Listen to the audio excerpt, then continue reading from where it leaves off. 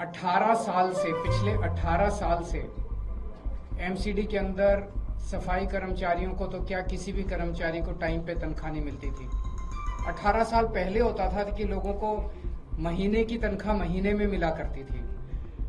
BJP के कार्यकाल के दौरान 6-6 महीने, 8-8 महीने लोगों को तनख्वाह नहीं मिलती थी टाइम पे। अपनी तनख्वाह तक लेने के लिए लोगों को धरने प्रदर्शन करने पड़ते थे। हम देखते थे कि 70-80% टाइम लोगों का धरने प्रदर्शन करने में जाता था, और धरने प्रदर्शन भी कोई बड़ी मांग के लिए नहीं, अपनी तनख्वाह लेने के लिए कर्मचारी धरने प्रदर्शन किया करते थे। तो इतना ज्यादा भ्रष्टाचार था कि सारा पैसा भ्रष्टाचार के उस पर चढ़ जाता था। पिछले 2 साल से हमारी सरकार है नगर निगम के अंदर, और 2 साल से लोगों को हर महीने के पहले हफ्ते उनके अकाउंट में तनख्वाह आ जाती है। पिछले 2 साल में एक भी इंसिडेंट ऐसा नहीं हुआ जब सफाई कर्मचारियों को धरना प्रदर्शन या हड़ताल करनी पड़ी हो।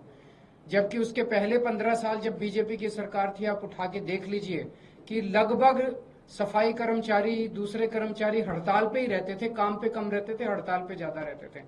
लेकिन पिछले 2 साल में हड़ताल नहीं करनी पड़ी अपनी तनख्वाह लेने के लिए। हर महीने के पहले हफ्ते उनकी तनख्वाह आ जाती है।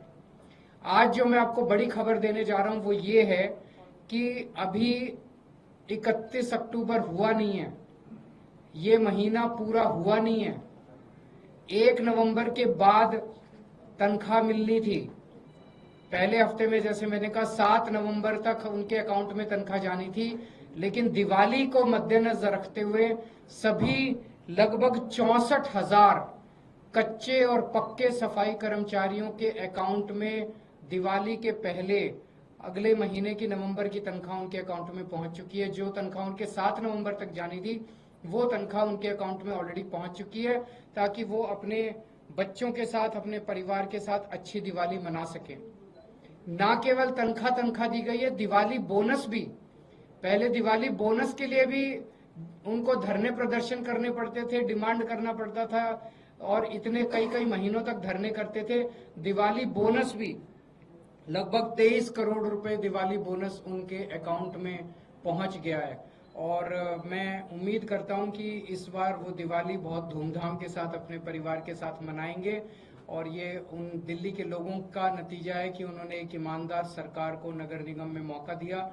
जैसे दिल्ली में पहले मौका दिया था, इतने काम हुए दिल्ली में, ऐसे अब नगर निगम के अंदर भी बहुत काम हो रहे हैं। तो मैं दिल्ली के सभी सफाई कर्मचारियों को खास तौर से ये बधाई देना चाहता हूं कि उनकी दिवाली इस बार बहुत अच्छी मनेगी। पहली बार हुआ ऐसा कि 7 तारीख ये जो दिवाली के पहले तनख्वाह दी गई है, ये पहली बार हुआ है। एमसीडी के इतिहास में पहली बार हुआ है कि दिवाली के पहले उनको तनख्वाह दी गई। ये पहली बार हुआ है कि 31 के पहले तनख्वाह दी गई है। 18 साल पहले ये तो होता था कि महीने की तनख्वाह महीने में मिलती थी, लेकिन ये आज तक कभी नहीं हुआ कि मंथ एंड के पहले तनख्वाह उनके अकाउंट में पहुंच गई है। आयुष्मान योजना मैं नहीं कह रहा, सीएजी का कहना है कि आयुष्मान योजना में बहुत सारे घोटाले हैं। आयुष्मान योजना कहती है कि आप जब अस्पताल में भर्ती होगे तब आपको 5 लाख रुपए तक का इलाज होगा। दिल्ली के अंदर जो हमारी योजना है वो योजना ये है कि आपको चाहे सर्दी हो, खांसी हो, ओपीडी में आप जाओ, चाहे भर्ती हो ना भर्ती हो, आपको आईपीडी, ओपीडी, सबका सारा इलाज फ्री है। दिल्ली के अंदर सब कुछ फ्री है। तो आपको 5 रुपए की क्रोसिन चाहिए या आपको 50 लाख रुपए या 1 करोड़ रुपए का इलाज कराना है, सब कुछ फ्री है। हमारा कोई 5 लाख रुपए तक की लिमिट नहीं है। तो जब हमारा सब कुछ ही फ्री है, दवाइयां भी फ्री है, टेस्ट भी फ्री है, ओपीडी भी फ्री है, आईपीडी भी फ्री है, अस्पताल में भर्ती हो तब भी फ्री है, केवल डॉक्टर को दिखाने जाओ तब भी फ्री है, तो फिर आयुष्मान योजना का दिल्ली के अंदर कोई मतलब नहीं रह जाता है। यही मैंने कल प्रधानमंत्री जी से निवेदन किया कि आप दिल्ली के मॉडल को स्टडी करके दिल्ली के मॉडल को पूरे देश में लागू कीजिए। आप ये बार बार कि ये हमारी योजना, ये आपकी योजना, जो भी योजना है, अच्छी जो योजना है वो देश के अंदर लागू होनी चाहिए। नहीं, वो उनका ये कहना है कि आप आयुष्मान योजना ही लागू कीजिए, अपनी योजना बंद कीजिए।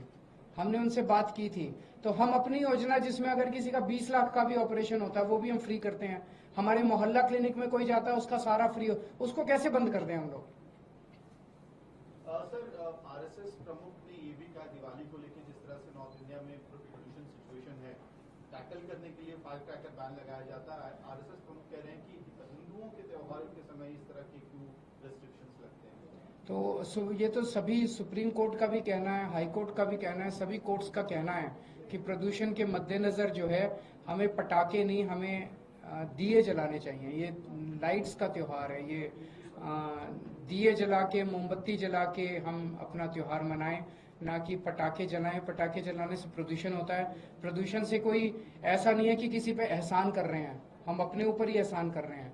जो प्रदूषण होगा वो हम ही उससे भुगतेंगे, हमारे बच्चे ही, छोटे छोटे बच्चे वही उससे भुगतेंगे। तो इसमें कोई हिंदू और मुसलमान और इसका कोई वो नहीं है। सबकी सांसें जरूरी है, सबकी जिंदगी जरूरी है।